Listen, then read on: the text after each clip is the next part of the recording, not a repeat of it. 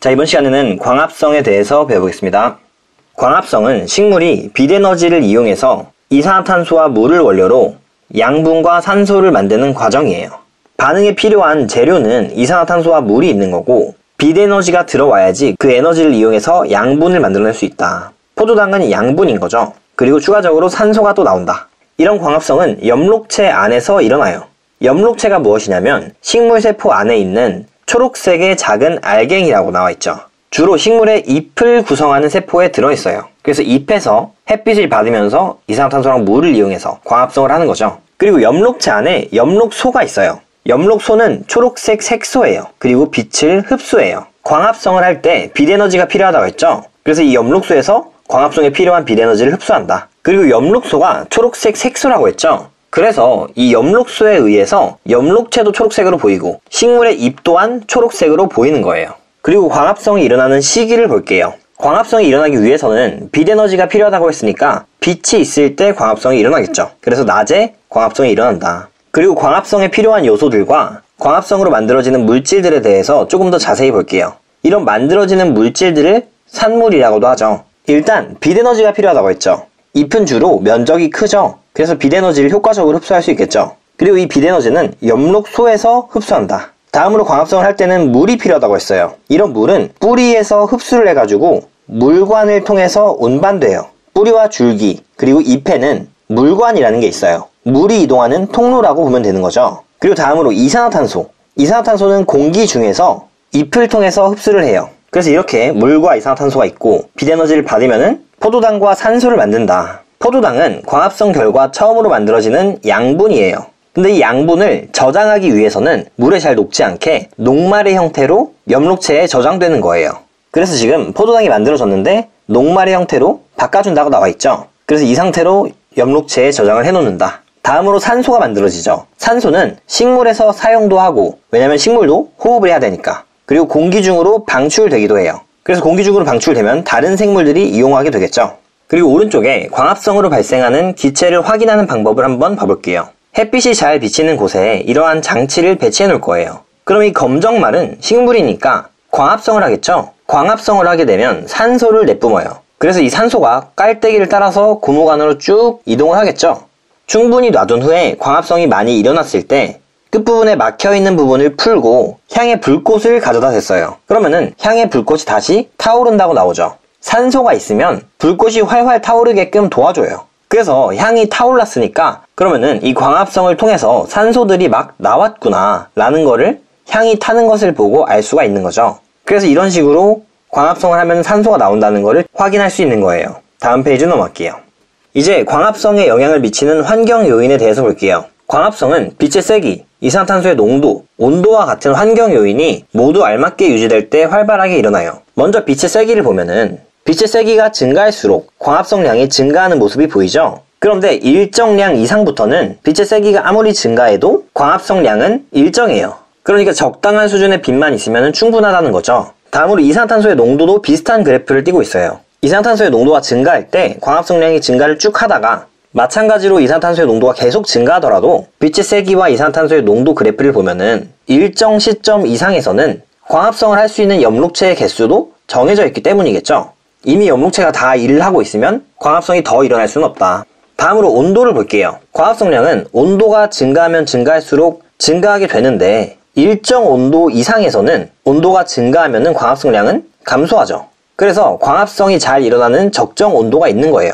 그리고 광합성의 재료로 물이 있죠. 이 물은 반드시 필요하긴 한데 보통 식물세포 안에는 광합성을 하는데 필요한 충분한 양이 들어있어요. 그래서 매우 건조한 경우를 제외하고는 물이 광합성에 미치는 영향은 크지 않다. 그러니까 극단적인 경우를 제외하고는 물은 그렇게 광합성에 영향을 많이 주지 않는다 라는 거죠. 다음 페이지 넘어갈게요.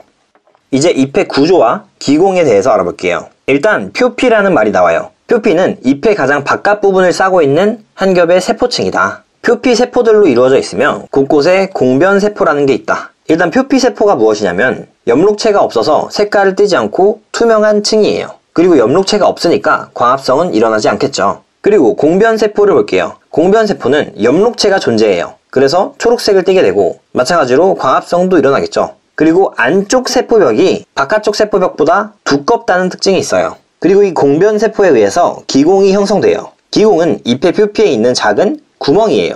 식물들도 식물 내부 외부로 공기들이나 수증기 같은 게 드나들어야겠죠. 그래서 이 기공을 통해서 드나든다. 그래서 이 기공은 잎의 내부와 외부를 연결시켜주는 역할을 해요. 기공은 공변세포 2개가 둘러싸고 있어요. 지금 밑에 그림을 보면은 공변세포가 이런 식으로 존재하고 있고 공변세포에 의해서 기공이 형성되는 거예요. 그리고 이 기공은 일반적으로 잎의 앞면보다 뒷면에 더 많아요. 과한 수분 손실을 막고 광합성을 최적화시키기 위함이에요. 수분 손실 감소에 대해서 말씀을 조금 드리면 잎의 앞면에 너무 많게 되면 앞면은 햇빛을 계속 받아서 계속 뜨거워지죠. 그러면 수분의 증발도 훨씬 더 쉽게 일어나요. 이러다 보니까 너무 과하게 수분 손실이 될 수가 있는 우려가 있는 거죠. 그래서 뒷면에 더 많다. 그리고 이런 구조일 때 광합성도 더 효율적으로 일어난다. 마지막으로 기공의 특징을 볼게요. 그래서 이런 기공은 산소와 이산화탄소, 수증기와 같은 기체가 드나드는 통로 역할을 한다. 기공을 통해서 기체 교환을 다 하고 있다 라는 말이죠. 지금 아래 왼쪽의 그림인 잎의 구조를 볼게요. 일단 제일 위에 표피, 앞면 표피가 있고 제일 밑에 뒷면 표피가 보이죠. 그리고 지금 중간에 이 잎맥이라는 부분이 있어요. 이 부분은 물과 양분을 이동시켜주는 통로예요. 그림을 보면은 잎맥의 윗부분에는 물관이 있고 아랫부분에는 체관이 있는 모습이 보이죠. 물관은 물을 이동시켜주고 체관은 양분들을 이동시켜주는 거예요. 그래서 이렇게 잎에 물과 양분의 이동 통로도 있다. 그리고 지금 표피 중간에 기공이 있어요. 기공은 공변세포 2개가 둘러싸고 있는 곳이다. 그리고 기체들이 이동한다. 다음 페이지 넘어갈게요. 이제 증산작용에 대해서 배워볼게요. 증산작용은 식물체 속의 물이 수증기로 변해서 잎의 기공을 통해서 공기 중으로 빠져나가는 현상이에요. 그리고 아까 봤듯이 기공은 뒷면에 많이 있다 했죠? 그럼 뒷면에서 증산작용이 더 잘 일어나겠죠? 그리고 이 증산작용을 통해서 잎에서 물이 빠져나가니까 다시 잎의 물을 채워줘야겠죠? 그래서 뿌리에서 흡수한 물을 잎까지 이동시켜주는 원동력이 되는 거죠. 잎에서 물이 줄어드니까 수증기로 날아가 버리니까 뿌리에서 물을 얻어와서 잎으로 보내준다. 그리고 이 증산작용을 통해서 식물 내부의 물을 밖으로 내보낼 수 있죠. 그래서 수분량을 조절한다. 그리고 물이 증발할 때 수증기로 바뀌면서 주변의 열을 흡수하게 되죠. 그렇기 때문에 식물과 주변의 온도를 낮춰주는 역할도 한다. 그래서 숲에 들어가면은 되게 시원한 느낌이 나는데 그 이유가 증산작용도 있다. 그럼 이 증산작용 조절을 어떻게 하는지를 볼게요. 증산작용은 기공이 열리고 닫힘에 따라서 조절된다. 기공은 공변세포의 모양에 따라서 열리거나 닫혀요. 공변세포 2개가 기공을 조절하는 거죠. 낮에는 주로 기공이 열려있고 밤에는 주로 기공이 닫혀있어요. 그리고 아까 전에 기공의 안쪽 벽이 더 두껍다 했죠. 우리 눈으로도 두껍고 진한 게 보이죠. 그래서 이 안쪽 세포벽이 기공 열고 닫는 거를 효과적으로 도와줄 수 있다. 그리고 기공이 주로 낮에 열리니까 증산작용도 낮에 더 활발하겠죠. 다음으로 증산작용이 잘 일어나는 환경 조건을 볼게요. 일단 햇빛은 강할 때 잘 일어나요.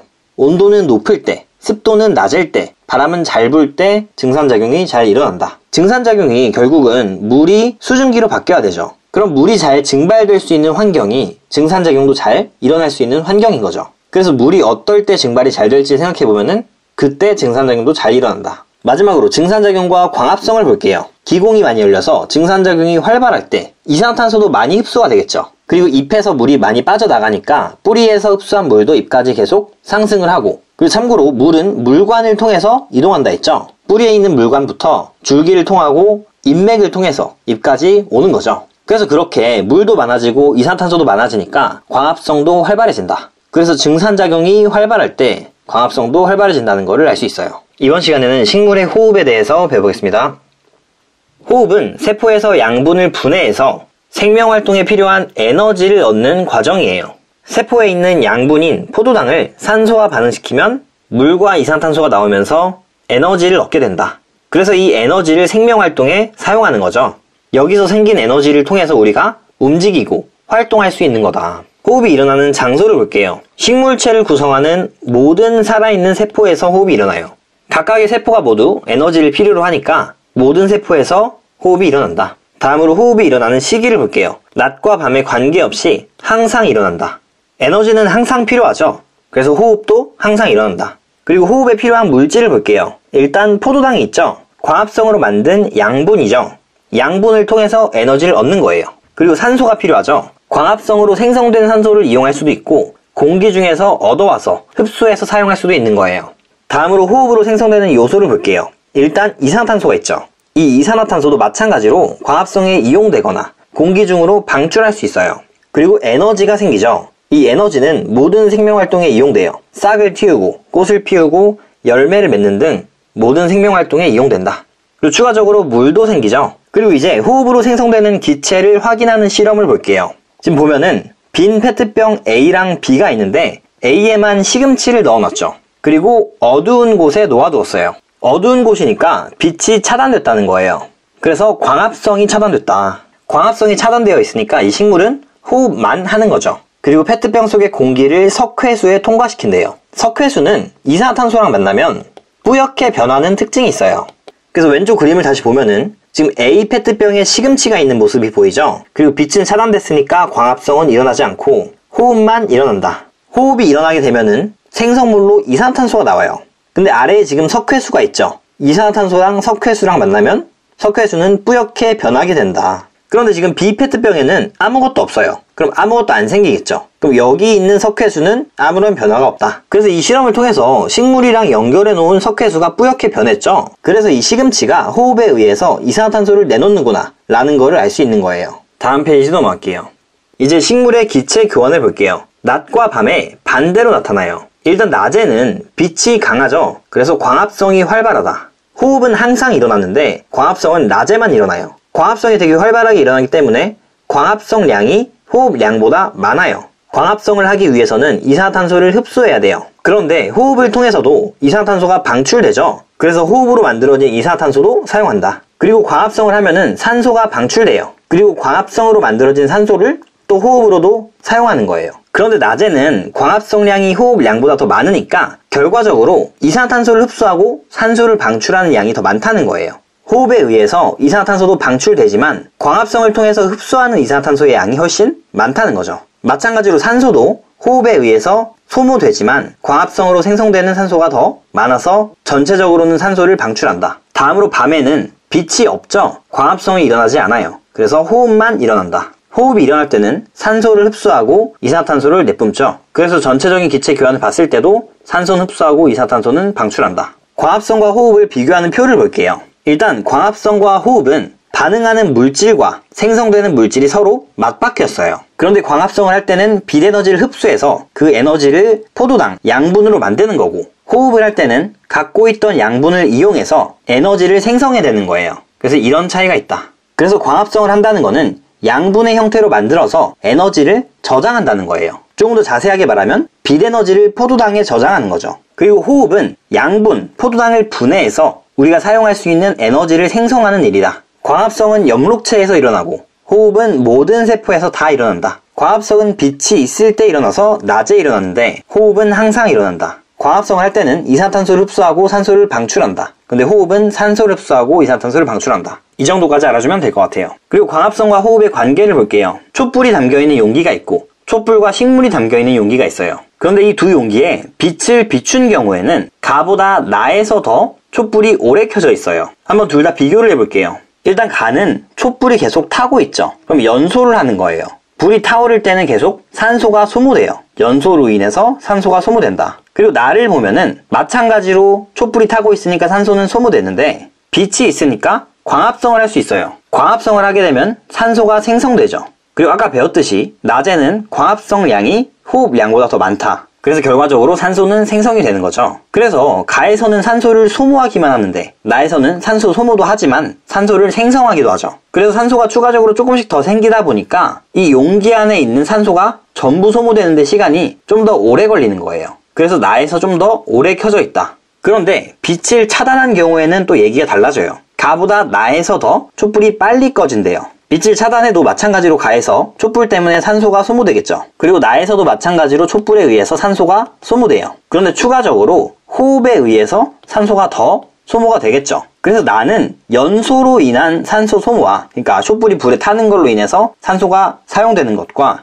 호흡으로 인한 산소 소모가 겹치기 때문에 용기 안에 있는 산소가 더 빨리 줄어드는 거예요. 그래서 이 경우에서는 오히려 가에서 촛불이 더 오래 켜져 있다. 다음 페이지 넘어갈게요.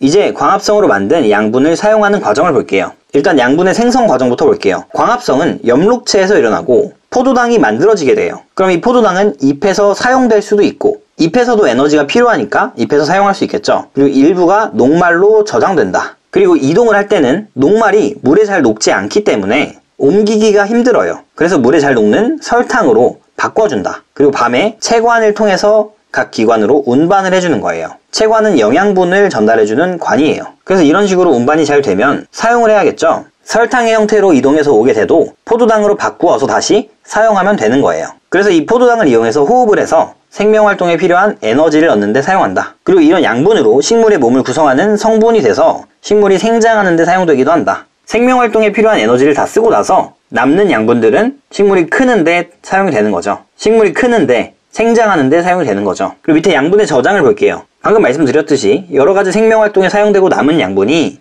녹말, 포도당, 단백질, 지방, 설탕 등 다양한 물질로 바뀌어서 여러 형태로 저장된다. 녹말로 저장되게 되면은 고구마와 감자 같은 형태가 되는 거고, 포도당으로 저장돼서 양파와 포도 같은 형태가 되고, 이런 다른 여러 케이스들이 있다. 그리고 마지막으로 환상박피라는 거에 대해서 볼게요. 보면은 잎의 줄기의 바깥 부분을 고리 형태로 잘라버렸어요. 이렇게 되면은 체관이 제거돼 버려요. 체관은 영양분을 이동시켜주는 관이었죠. 그러면 잎에서 열심히 광합성을 해서 포도당을 만들어도 얘네들이 여기 아랫부분으로는 갈 수가 없다는 거예요. 그럼 양분이 이 윗부분에서만 있다는 거죠. 그러다 보니까 이 양분이 열매로 계속 가게 되는 거예요. 그래서 위쪽에서 만든 양분이 내려오지 못하죠. 그래서 그림을 보면은 위에 있는 열매가 되게 커진 모습을 볼 수 있어요. 그런데 반대로 아래에 있는 열매는 되게 작은 모습이 보이죠. 그래서 이 이유가 위쪽에서 만든 양분이 내려오지 못하기 때문이죠. 결론적으로는 위에 있는 열매만 잘 자란다. 그래서 이런 것들을 활용해서 열매를 키울 수도 있다는 거죠. 그래서 오늘 수업은 여기까지고, 영상이 유익하셨다면 구독 눌러주시고 좋아요 눌러주시면 감사하겠습니다.